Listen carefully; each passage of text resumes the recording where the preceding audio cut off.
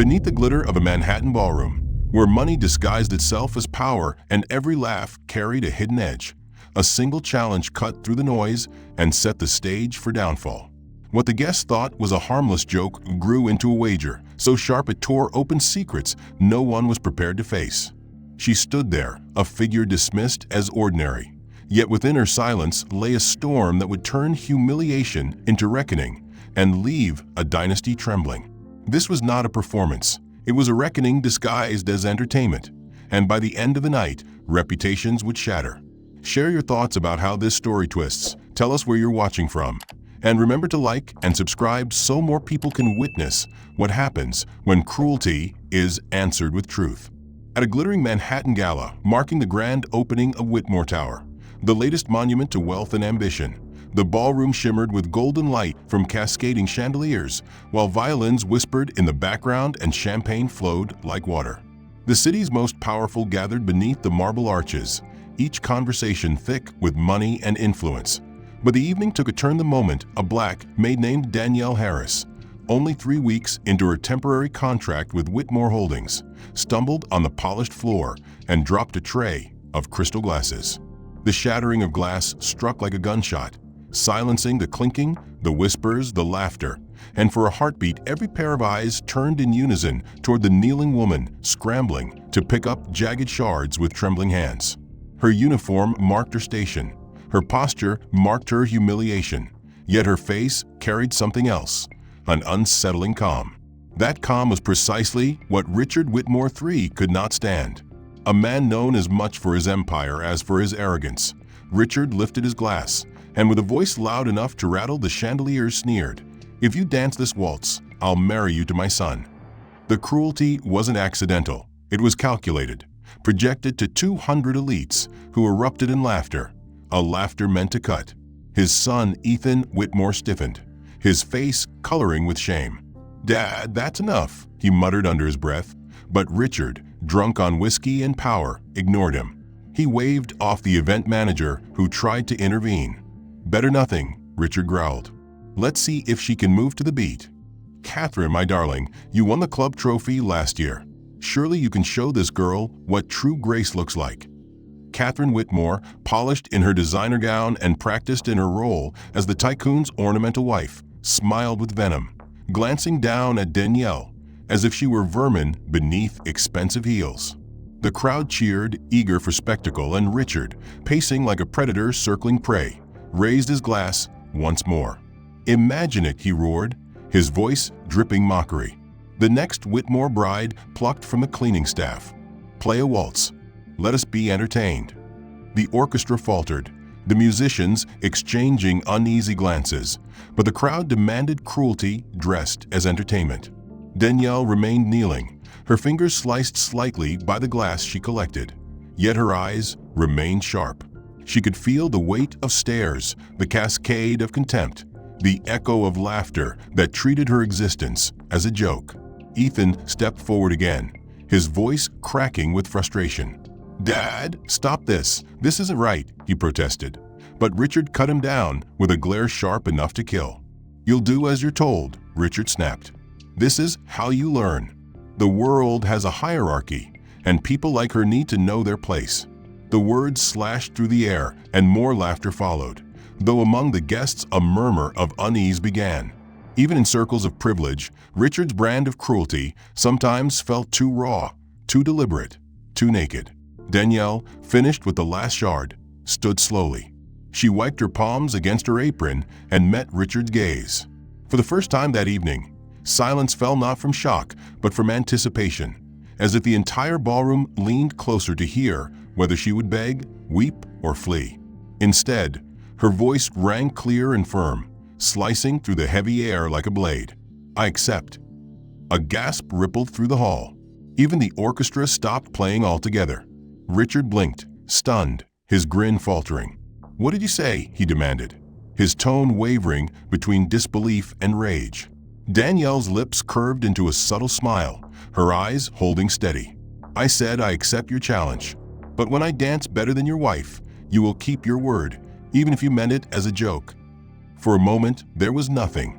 Then laughter broke again, harsher than before, convinced they were watching a woman's final mistake, convinced she had walked willingly into her own ruin. Catherine scoffed audibly, shaking her head. "This is beneath me," she whispered, though her competitive eyes flickered with unease. Richard laughed, so hard his belly shook, the sound ugly against the crystalline beauty of the hall. "Good, good. You hear that? The maid wants to dance. Then dance she shall.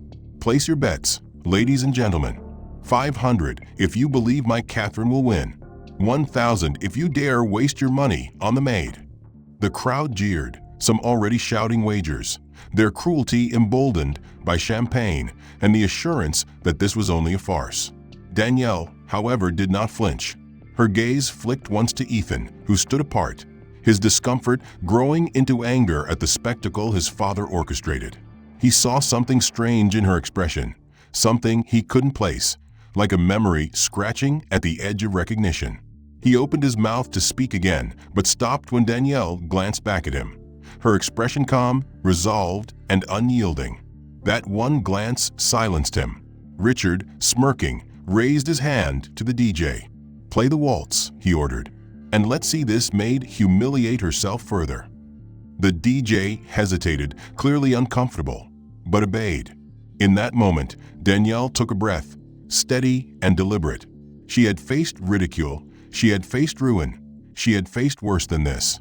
If they wanted a show, she would give them one, but not the kind they expected. Yet Richard was nothing if not theatrical, and quickly he leaned into the role of master of ceremonies, holding his glass aloft and sneering. "You all heard her, didn't you? She accepts. Oh, this will be the performance of the year." His voice was laced with venom disguised as humor, and once again the crowd broke into laughter, though this time the sound lacked some of its earlier confidence. A few of the guests shifted uncomfortably, whispering to one another, wondering if this so-called joke had stretched too far, but no one dared to speak out against Richard Whitmore in his own hall.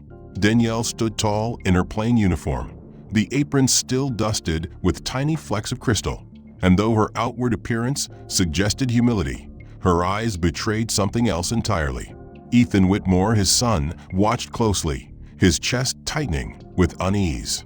He had seen defiance before, he had seen pride before, but this was something more layered, something rooted in conviction. He felt both protective and powerless, trapped beneath the weight of his father's manipulation. "Dad, please stop this," Ethan tried again, stepping closer, lowering his voice so the entire hall wouldn't hear. "You're humiliating her. You're humiliating yourself." Richard's glare was instantaneous, a blade sharpened by decades of control. "You'll keep quiet," he hissed, his teeth bared behind his forced smile. "This is the real world, boy, and the real world doesn't bend to feelings. It bends to power. Watch closely. You need to learn who we are and who they are." His hand slashed toward Danielle like a gavel, striking down. "You want to dance, girl?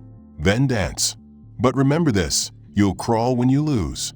Danielle did not flinch.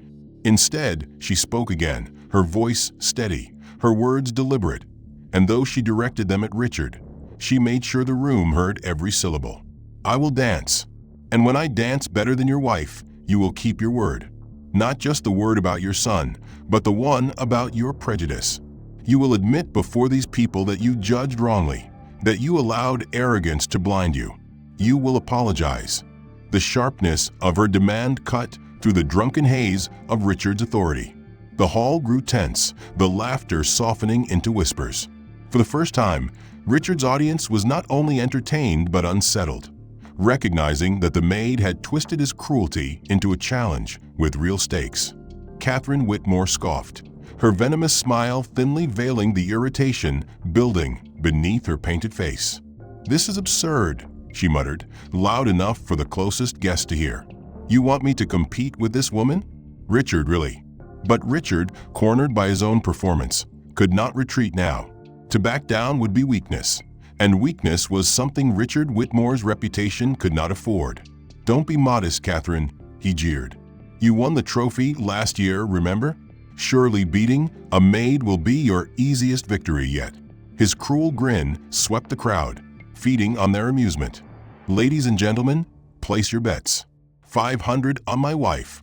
1,000 if you believe the maid can make it through the song without tripping over her own feet. Laughter returned, but beneath it ran an undercurrent of discomfort.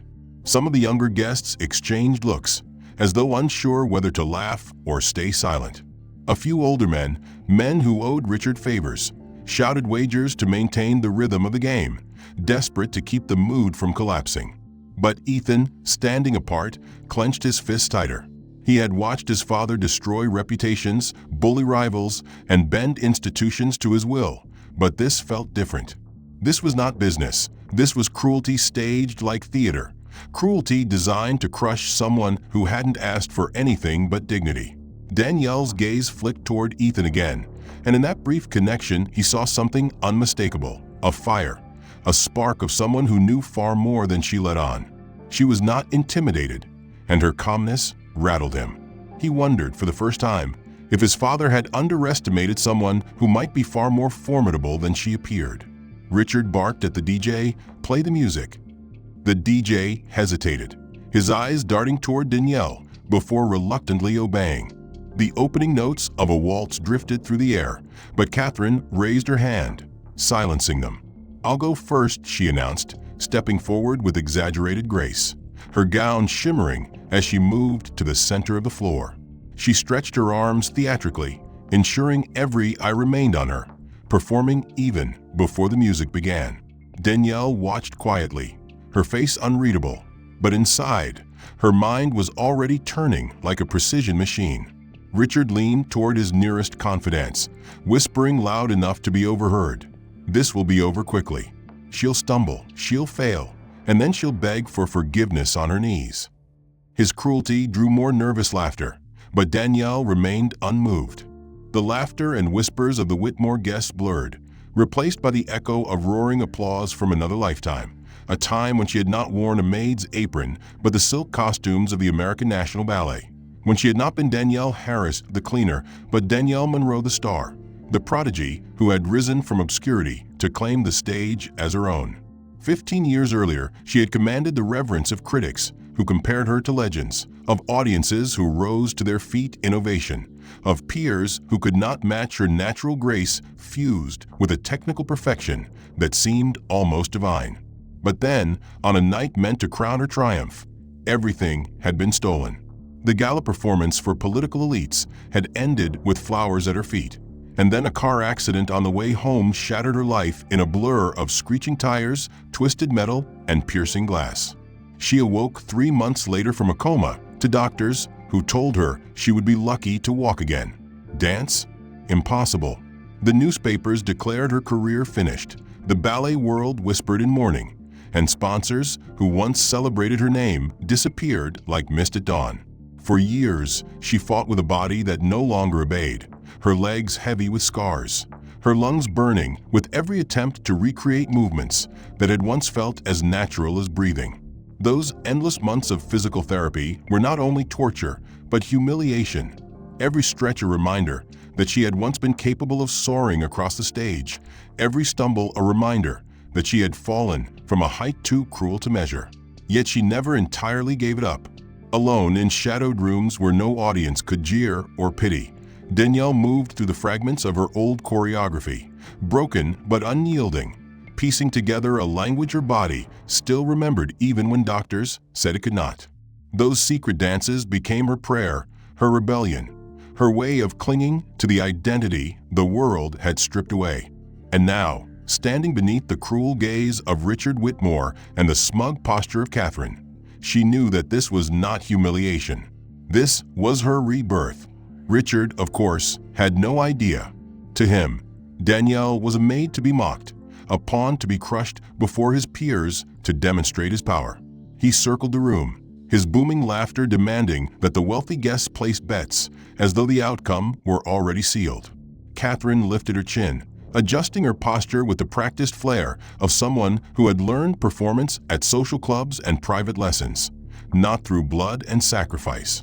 "This will be over quickly," Richard sneered to his companions.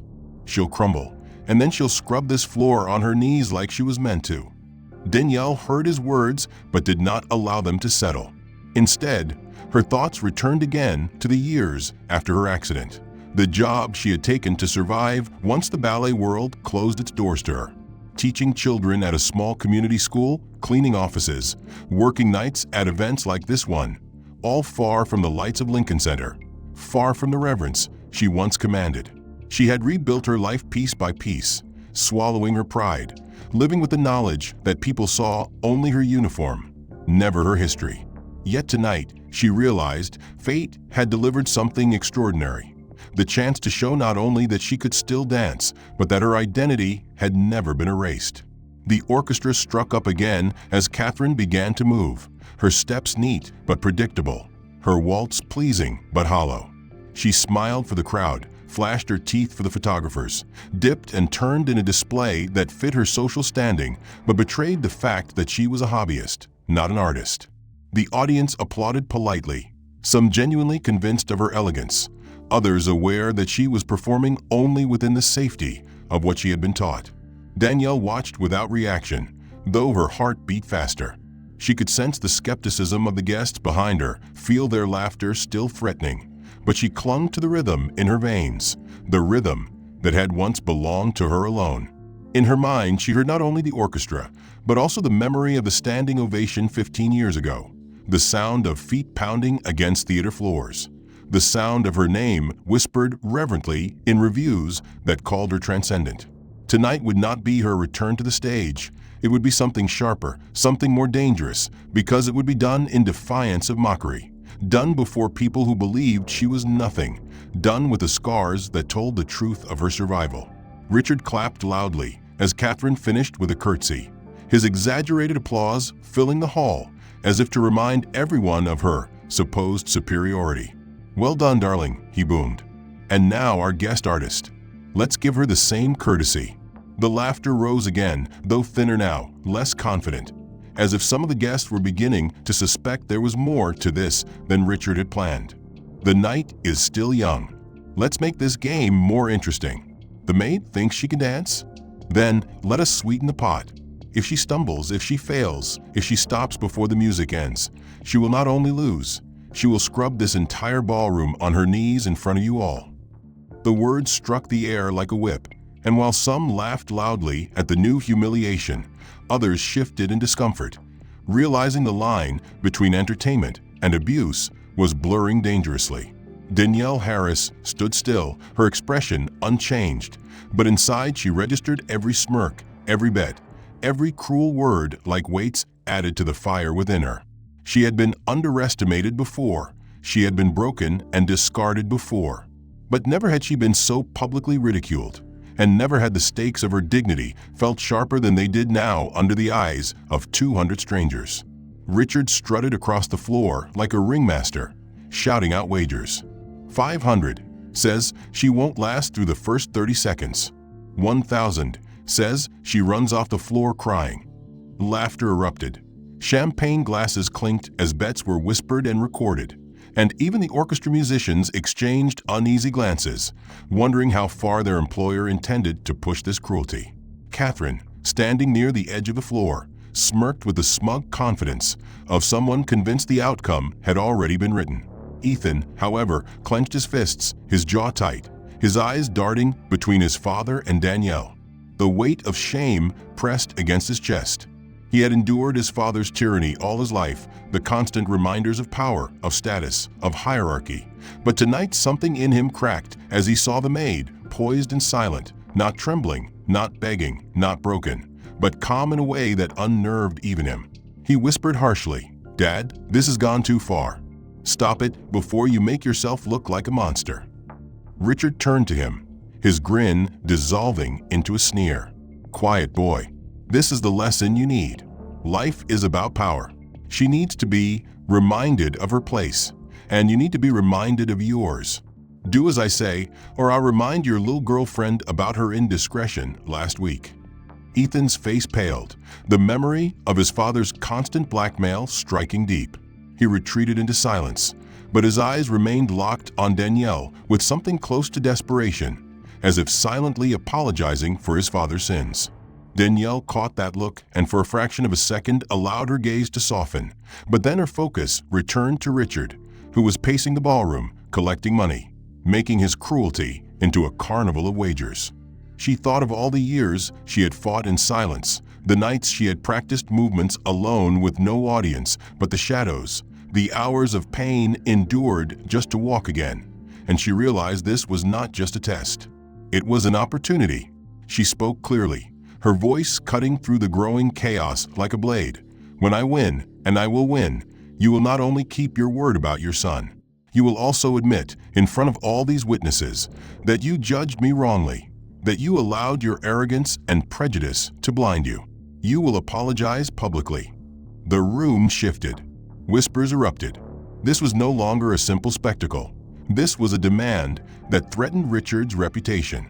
Some of the guests, sensing the seriousness, exchanged nervous glances, while others laughed even harder, convinced that Danielle had sealed her own humiliation by daring to raise the stakes.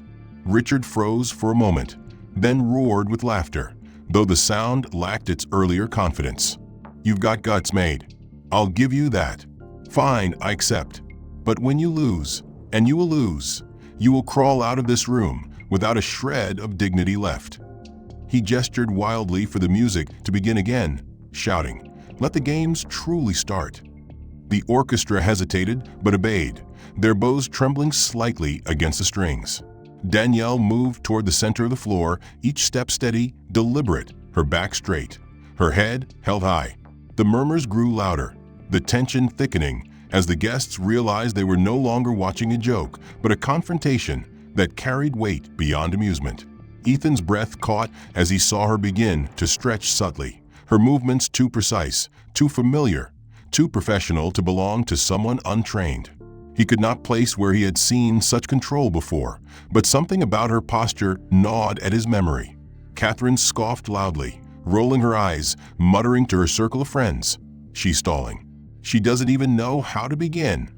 He moved closer under the guise of adjusting the radio clip to his belt, his voice low enough to blend into the swell of conversation around them. "Miss Monroe," he whispered, using the name she had abandoned long ago, the name she had sworn to bury. Danielle's heart clenched at the sound, but her face betrayed nothing as she turned slightly to regard him. "I know you," he continued, his eyes filled with something between awe and disbelief. "I saw you dance before, years ago, at the National Theater. You were extraordinary. I thought you were gone after the accident."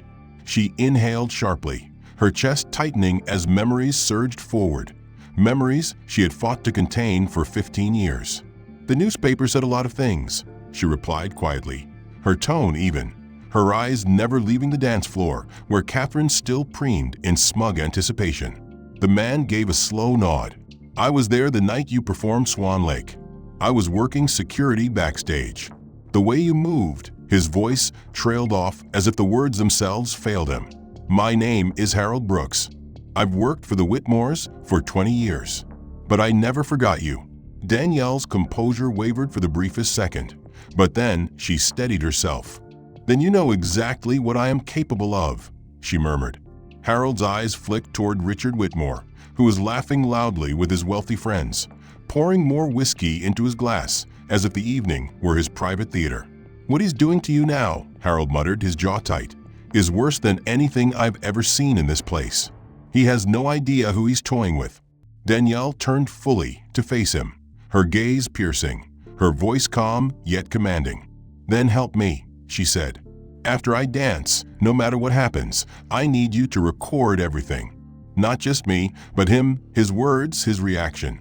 The world needs to see the truth of who Richard Whitmore really is." Harold hesitated, his brow furrowed.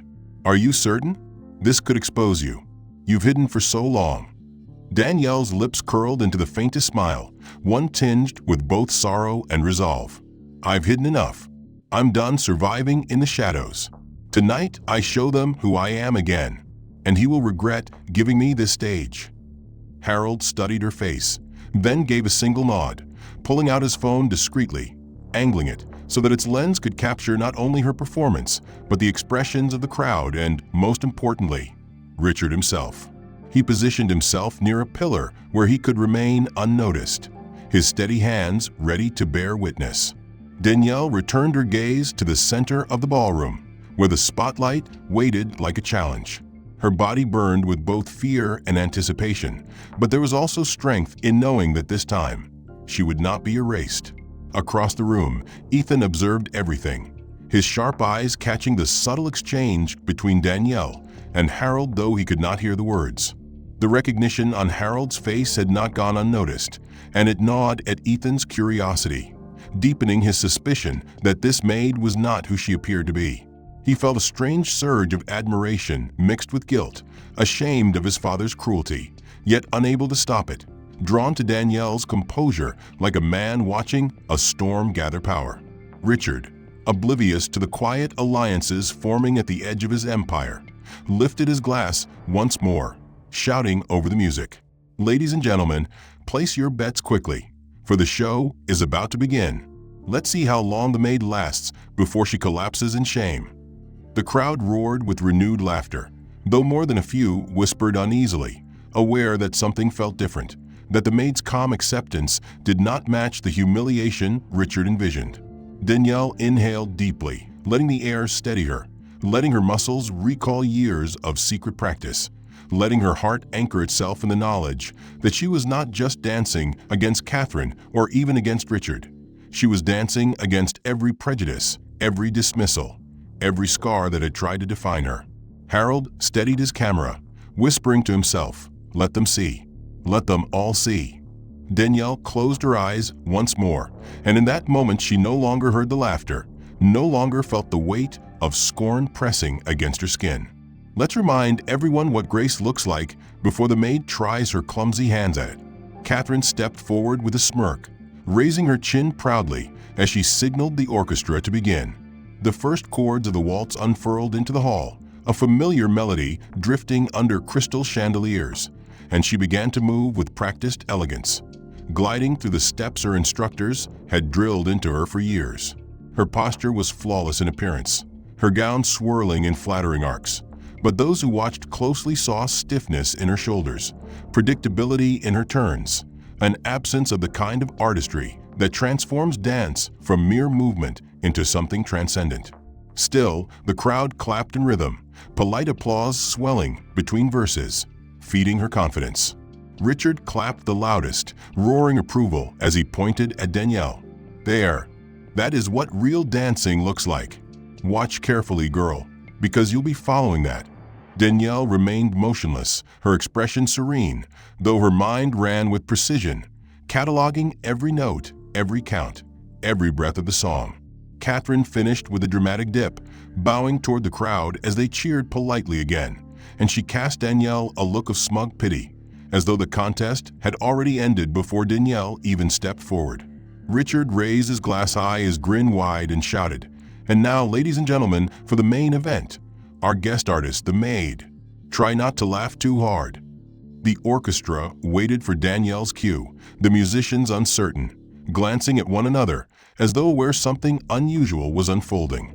Danielle stepped into the light, her back straight, her face calm, each step deliberate. The whispers grew louder among the guests, some mocking, others nervous, a few beginning to sense that this might not end as Richard expected. Ethan Whitmore stood near the wall, his pulse quickening as he watched her walk to the center, her composure so absolute it unsettled even him. She turned to the DJ and said clearly, "The same song." But from the beginning, Richard chuckled mockingly, raising his voice above hers. "Oh, she wants a second chance. How touching. All right, play it again. Let's see how long she lasts." The orchestra struck the opening chords once more, and Danielle closed her eyes, letting the rhythm slide into her bones, not as a stranger, but as an old companion. She positioned her arms with precision, the kind that made a few of the musicians frown instinctively, recognizing technique that did not belong to an amateur. Then she began to move. At first, her steps were simple, measured, almost restrained, as if she were testing the waters. The crowd chuckled, expecting her to stumble, but within seconds her movements deepened, her body bending with fluid grace, her turns cutting the air with exact control. The laughter faltered. Richard's smirk thinned. Catherine's smile froze. Danielle's movements built steadily, each step feeding the next, her body remembering what her mind had never forgotten: the years of mastery forged before tragedy. She glided into a series of turns so precise that gasps rippled through the room. A woman near the front clutched her pearls, whispering to her husband, "Those aren't ballroom steps. That's ballet." The orchestra, sensing the shift, played with renewed vigor, the music swelling as if rising to meet her. Danielle responded with a leap, light and effortless, her gown swirling as she landed with a control that made the floor seem softer beneath her. Every muscle in her body carried both strength and scars, and yet in that moment the scars transformed into fuel, every ounce of pain transmuted into grace. Richard muttered under his breath, "Impossible," his eyes narrowing as though the sight itself were offensive. Ethan's heart thundered in his chest. He recognized it now, the precision, the artistry, the fire. This was no maid fumbling into humiliation. This was a dancer and artist, a woman who carried something greater than all the money in the room combined. Guests began whispering urgently among themselves, some remembering the name Danielle Monroe, some recalling performances that had mesmerized entire theaters. Harold Brooks, hidden near the pillar, kept his phone steady, recording every expression on Richard's face as it shifted from smug amusement to disbelief, then to something like fear. Danielle continued, her movements escalating in complexity, blending the classical foundation of ballet with the sweeping rhythm of the waltz, creating something no one in that ballroom had ever seen before. She spun into a series of pirouettes, faster, tighter, perfectly balanced, her skirt flaring as gasps echoed across the hall. When she landed in a low, controlled arc, a murmur of awe rippled through the crowd, louder now, undeniable. Richard's glass shook in his hand, his grin completely vanished. Catherine's face burned with embarrassment, her posture stiff as she realized her performance had been obliterated by a woman she had dismissed as unworthy. The orchestra reached the midpoint of the song, and Danielle launched into a grand jeté, soaring through the air as though defying gravity itself. And in that suspended instant, every guest in the ballroom forgot they were watching a maid. They saw only an artist reclaiming her place, a legend returning from exile. When her feet touched the floor again, applause broke spontaneously from a corner of the room, hesitant at first, then growing, spreading like fire until half the hall was clapping mid-performance. Danielle did not break her focus. She continued, her body flowing with the music as if born from it, her every gesture radiating defiance and grace, until the final notes approached and she prepared her signature sequence, a fusion of movements once celebrated as her trademark, a sequence no amateur could possibly replicate. She finished in a powerful stance, arms outstretched, head lifted high, her breathing controlled, her body vibrating with both exhaustion and triumph. The music ceased. Silence enveloped the hall for a moment, so complete it felt like time had stopped. For a moment the room belonged entirely to her, not to Richard's fortune or Catherine's smugness, not to the cruel laughter of the guests or the glittering walls of Whitmore Tower, but to Danielle and the rhythm that had reclaimed her name. Whispers rippled among the audience, urgent and incredulous, as if each guest were confirming with the next that what they had just seen was not an illusion. Those turns, those leaps, "I know them," murmured a patron of the arts near the front, her eyes widening as recognition began to spread. "That's Danielle Monroe. That has to be her." The name caught like a spark, passed from mouth to mouth until the murmur turned into gasps of revelation.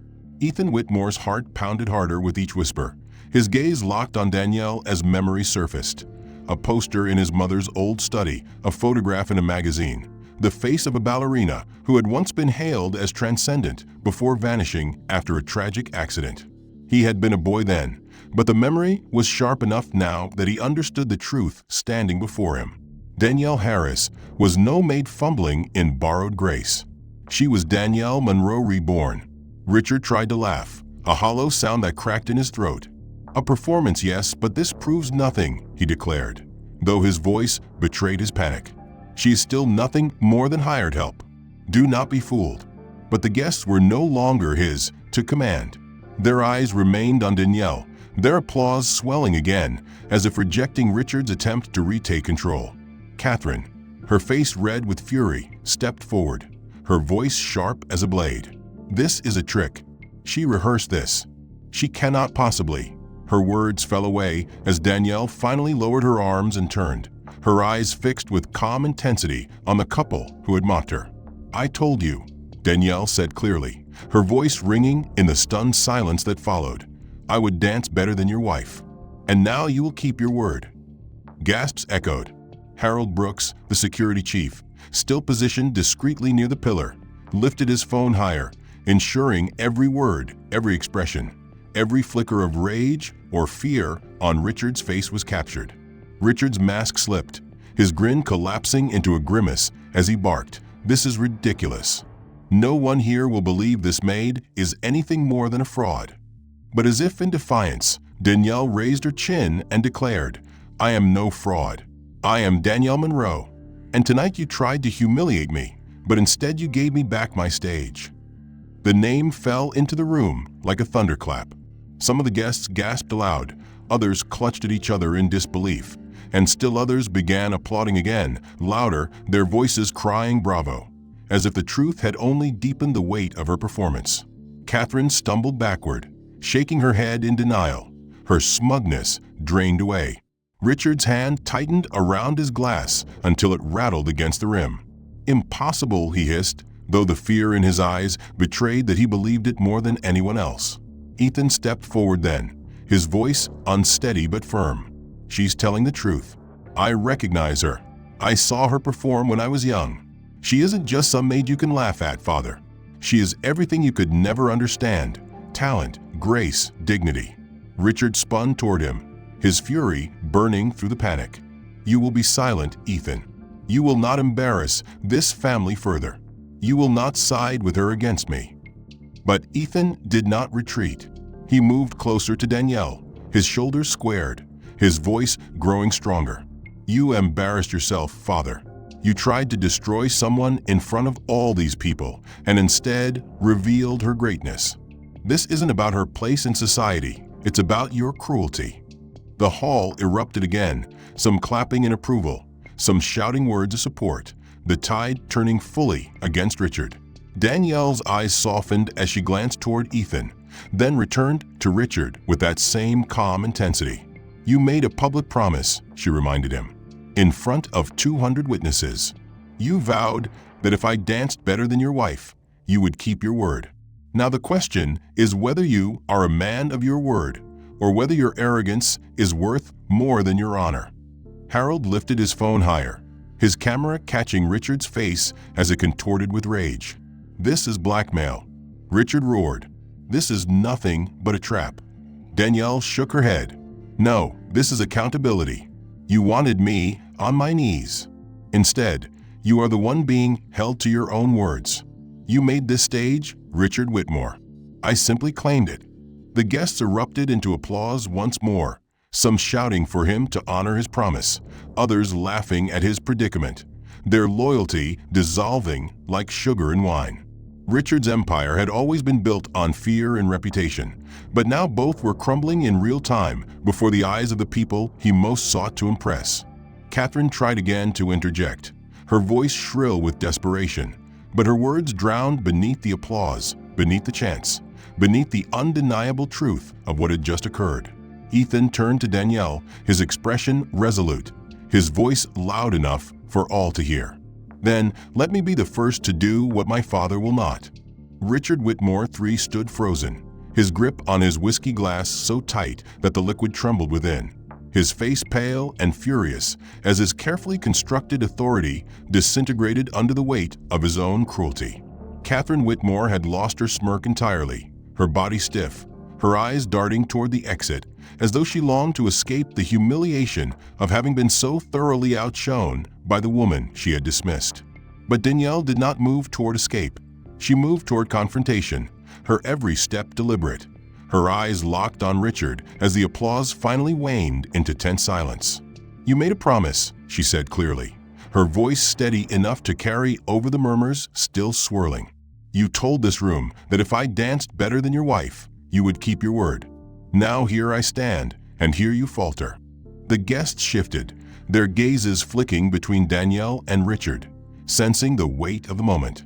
Some of them had cheered Richard's cruelty earlier, but now their laughter had curdled into discomfort, their loyalty eroding as they realized the tide of public opinion was turning. Richard opened his mouth, but his words cracked before they could harden. "This is absurd. No one here takes this seriously. It was a joke, nothing more." But Danielle smiled faintly, her expression unflinching. "A joke you repeated 3 times in front of 200 witnesses, with wagers and conditions you made explicit. A joke you turned into a spectacle to humiliate me. And now it is no joke at all. It is your word." Harold Brooks seized the moment, stepping slightly out of the shadows as he lifted his phone higher.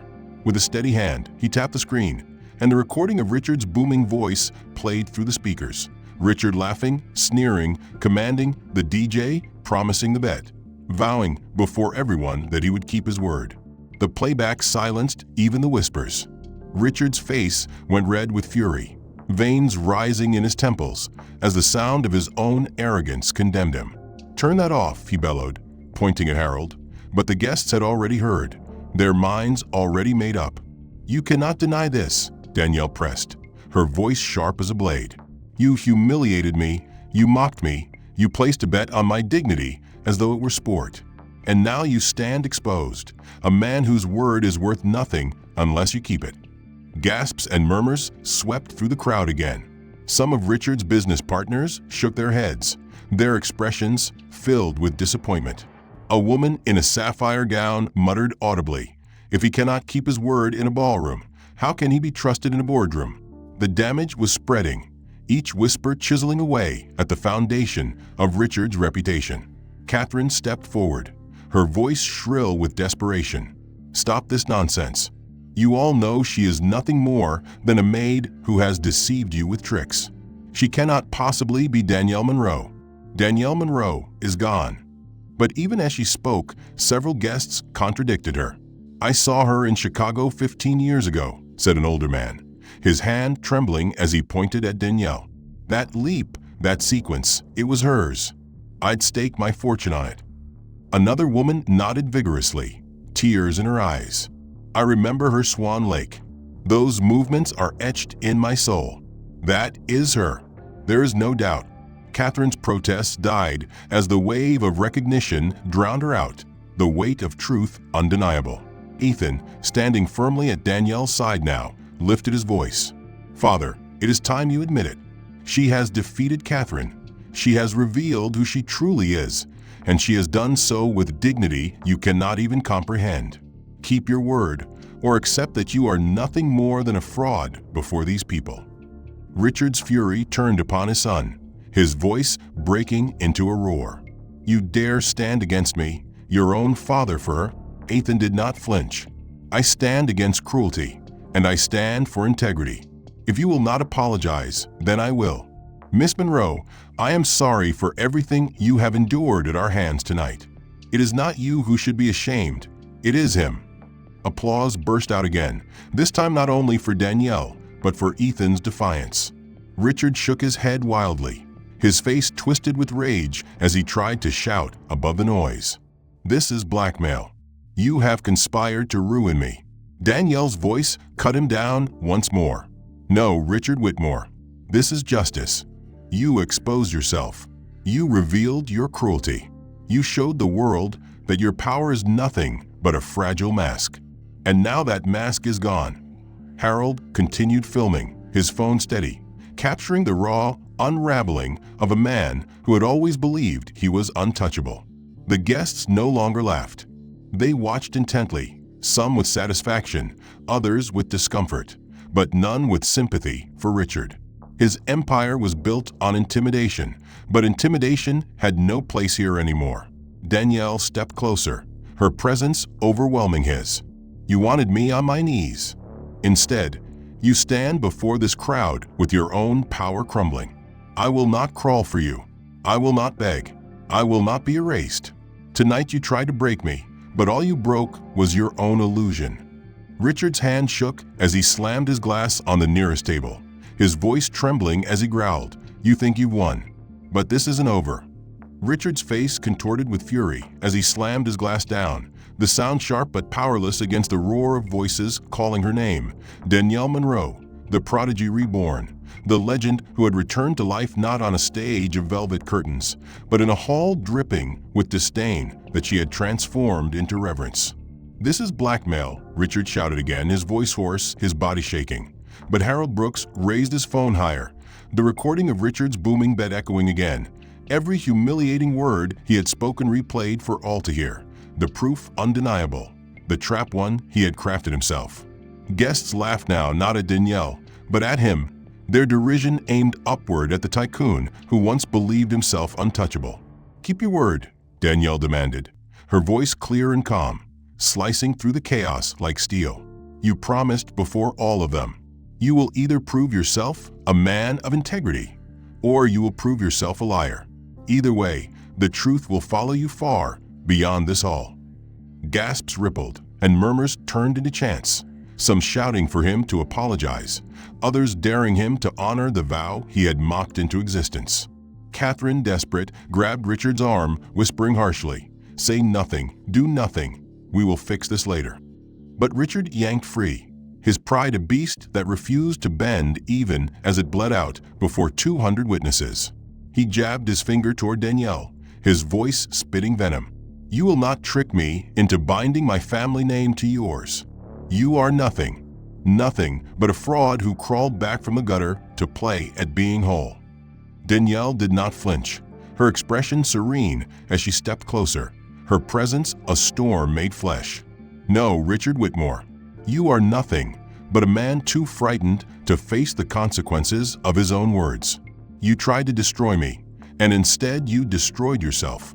Ethan moved then, stepping firmly into the light beside her, his voice carrying with the authority of someone who had finally broken free of years of chains. "Father, enough. You cannot undo what has already been done. You cannot silence her. You cannot silence the truth.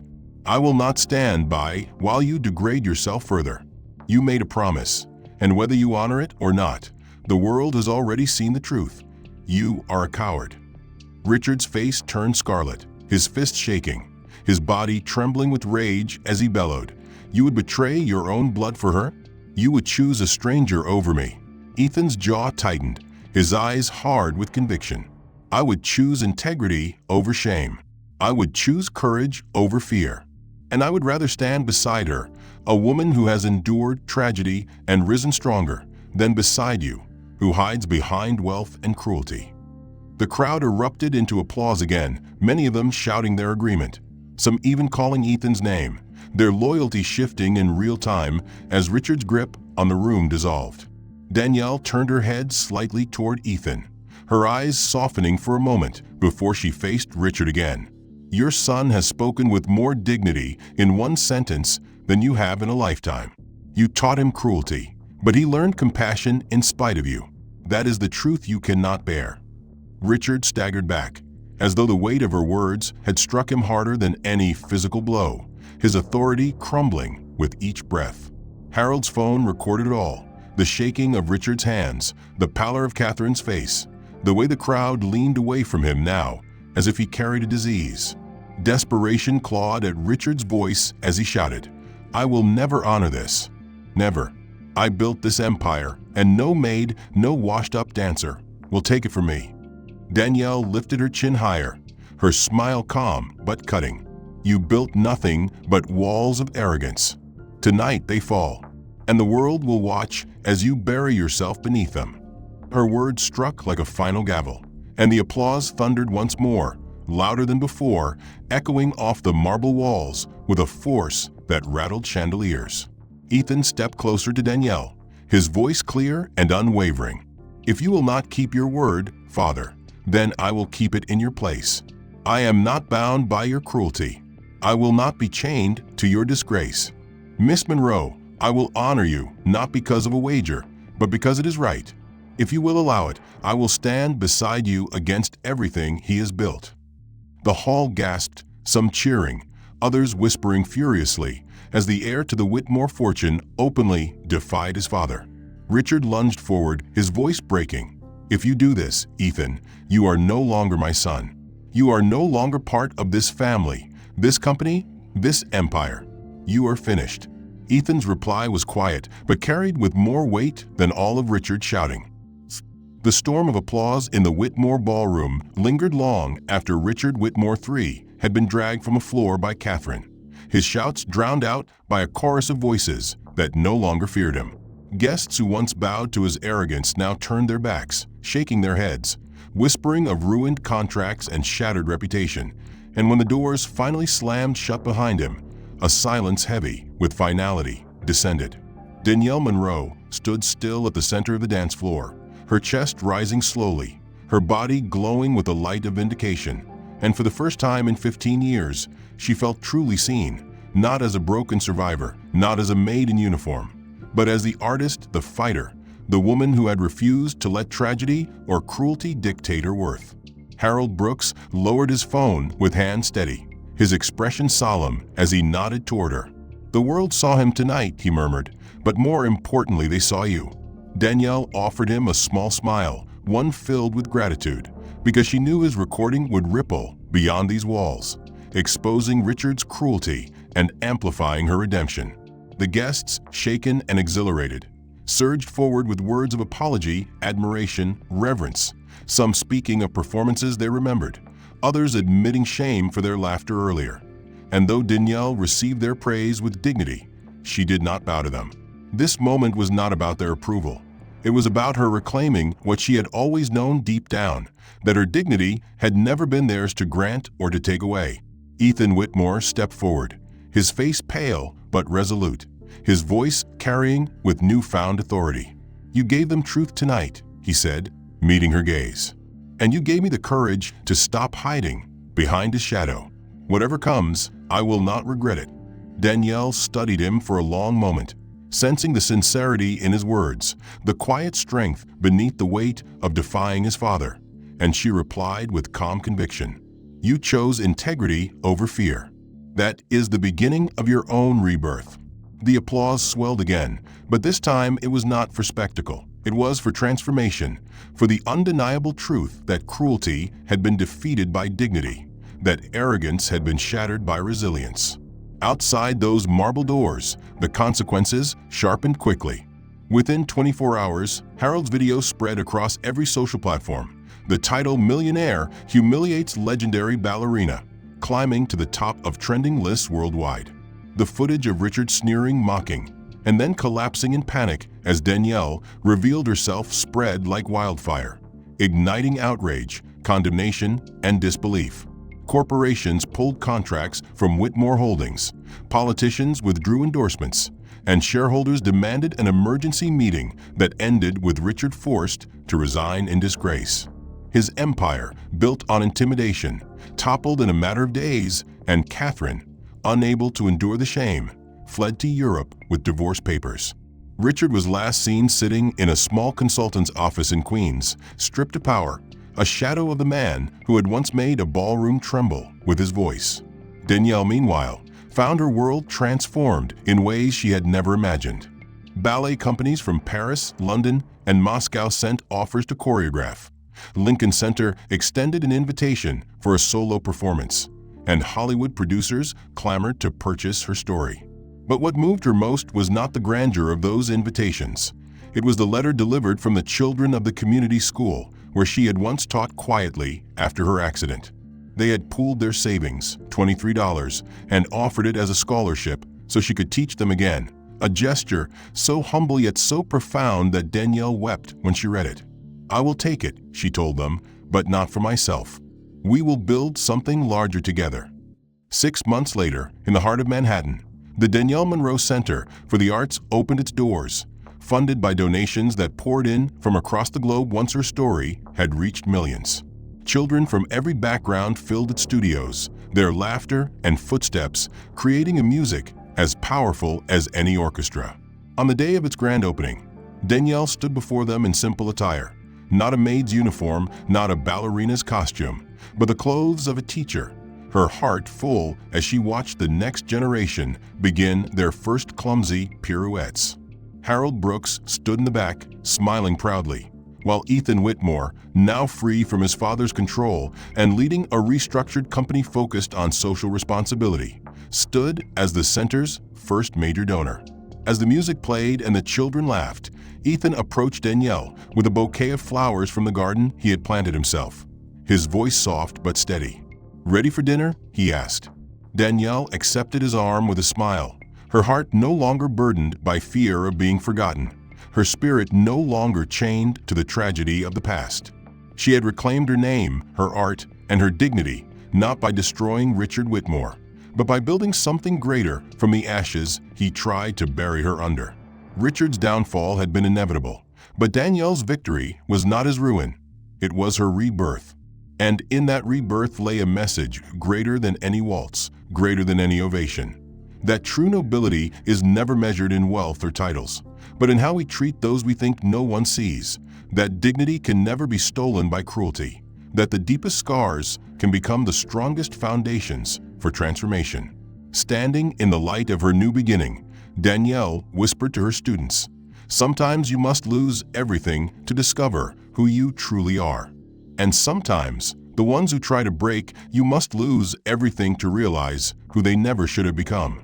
The applause of that night still lived within her bones, not because it restored her fame, but because it reminded her that when faced with cruelty, the most powerful revenge is to rise so high that their hatred seems insignificant beneath your feet. The end. If you made it this far into the story, I'd love to hear your thoughts. Did the twist surprise you? And what did you feel about the way Danielle turned humiliation into victory? Tell me where you're watching from and share your perspective in the comments. I always enjoy seeing how stories resonate in different places. If you want more powerful stories like this, make sure to subscribe and like the video. Your support helps bring these narratives to life and keeps them reaching people who need a reminder that dignity always matters.